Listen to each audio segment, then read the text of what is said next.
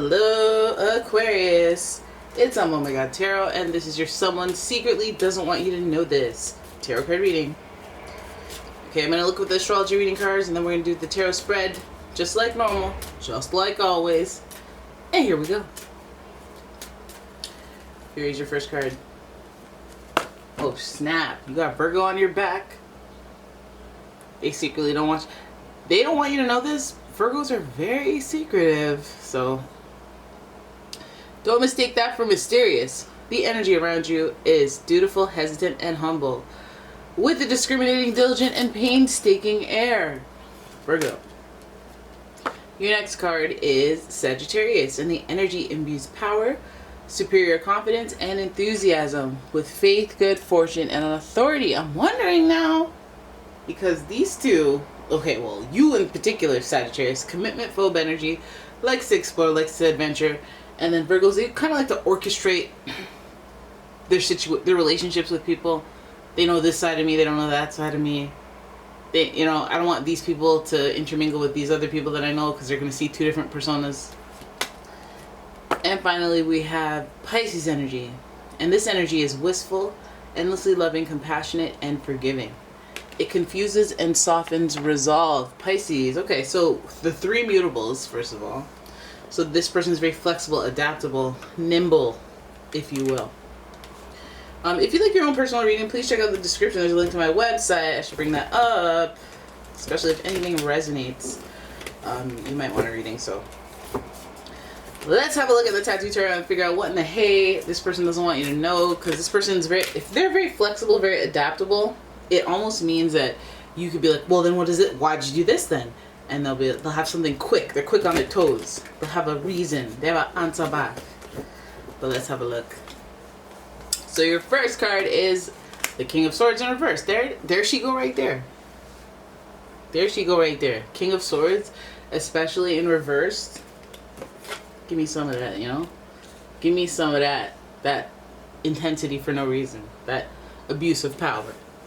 Then we have the High Priestess, and that's your first major arcana card, and this is attraction, baby.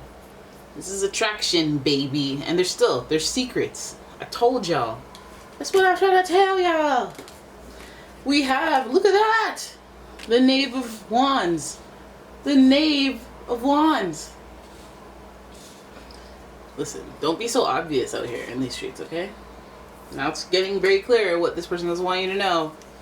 And oh my god, the weight of it, the world. Also associated with Saturn, which is rules, structures, boundaries, discipline, willpower. And then we got the Five of Coins, and there it is. There it is. It's giving person who hurts people because they don't want to be hurt first, or they want control of the pain that goes around.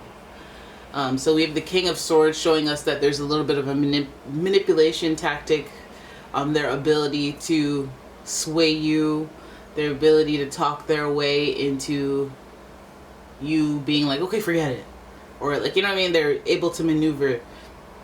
Well, damn, of course they don't want you to know that they're a little manipulative, that they might be abusing a little bit of their power or their position in your relationship. So also the King of Swords is kind of rude, kind of short tongue, so this person might have like a snippy attitude or say some slick under their breath. Now I think that you put up with it, and they may put up with like holding on to you because of attraction, but also just because one person, they're just like, you're really attractive, so I'm just gonna, I would normally deal with this, but you're attractive. I'm hoping that's not you. Sagittarius is usually recognized on Virgo, and Pisces actually. Very attractive people. They kind of stimulate people's emotions, their imagination. They're strange, they do their own thing, and it makes people, and their mysteriousness makes people kind of gravitate towards them. Like, why do you have all that confidence? I want to have, oh yeah, you're attractive. Oh my god, like, they're mesmerized. And I think that that's the sell of this person. I feel like they're aware of their attraction and they use it to their advantage. Yeah. The Knave of Wands is giving us that whole, I'm still curious, I'm still doing my own thing, but So it's giving me somebody who's like maybe presenting as, no, you know, maybe they're dating, maybe they're doing a bunch of different things. They're not focused on one person singularly. I don't know if they're presenting that though, because the Knave of Wands is in reverse. So it's like you're a curious cat, but you might get caught up in something during the research. And then in the same breath, you're still researching, but you're interested in the thing that you found there, but you're still researching. The Knave of Wands, I don't think they'd be too honest about that. So if you're dating someone and you think you might be the only one, I don't know. You might be the number one. You might be number one, but they might still be in curiosity mode. The world here. There's boundary structures that need to be enforced, need to be brought up, but I feel like what isn't enforced or brought up, discussed, they're going to take full advantage of that. Gonna take full advantage of that. And for you, I think that it's a warning to discuss boundaries, because I feel like it's a way of life. Like, I know that they're not going to want to scare me off and bring up this, that, and that, so I'm going to try to milk this as much as possible for maybe avoid questions, change the subject, you know, create different problems to deflect from whatever the heck you're trying to inquire about. But I feel like they're very like intentional, knowing their own power, their strength of their attraction, and so they know how to be in these situations where you go, what are we, when they have no intention of taking it to the next level, or they're like, oh, I don't really feel like taking it to the next level now, as if there's going to be a future, when they know now will be probably now and every moment forever. So that's like coming with a warning. So what they don't want you to know, I feel like, is pretty impactful. Like if you were to hear the actual legitimate truth and what the reality is, you'd be like, oh, dagger in the heart, or that's a tough pill to swallow. You know, I'm still down to keep it casual. I'm still down if you can deal with seeing me once a year, well, let's keep going. But if you're like, nah, if you want to flee the scene, it's up to you. So it's almost like this feeling of indifference about what you choose to do, but this is their part in it. This is what I'm doing. Okay.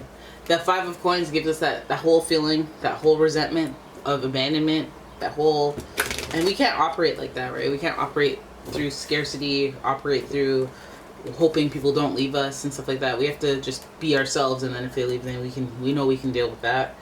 But I feel like, yeah, it is about firmly solidifying boundaries, because there's some abandonment issue, whether it's on your side or their side. What they don't want you to know is, hopefully not that they're planning on abandoning you, because that's worst case scenario. That Five of Coins is in reverse, so it's very possible.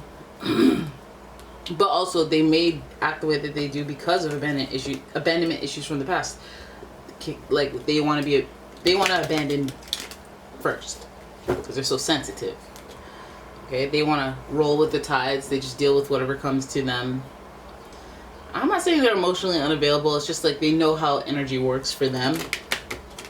They know how to be dreamy. They know how to look good, spiffy, and they know how to be a person of few words and just use body language to attract people. And if you're just one of the ones that was attracted to them, they may have had a broader plan already. And it's just like up to you to solidify those boundaries, because they're going to do what they want to do. But I don't know if they're going to straight up just lie to get what they want. And I mean, as much as they might, but like if you had your boundaries, then at least it wasn't like kind of your fault, and you weren't just doing whatever, because this person seems to know what they're doing. I don't like that Five of Coins over there. I'm gonna be honest. I don't like it. I don't like the abandonment feeling. I don't like the being shunned, the snub, because it feels like it's one of those like, what are you gonna snub me? You're gonna ghost me? You're gonna a disgraceful disconnect? How does this end? It feels uncomfortable. It does feel uncomfortable. It feels like a feeling of abandonment, and I guess tightening of boundaries. Although it might be a challenging situation, because all Saturn lessons are, and this card is in reverse, the World. It might be a lesson in defining boundaries for the next relationship, right at the top of it. Because what this person doesn't want you to know is the classic, hey, I'm trying to get away with some stuff that hasn't gone discussed and get the most bang for my buck. I'm not deliberately setting out to hurt you, but I am going to I'm gonna get mine. I'm gonna handle mine.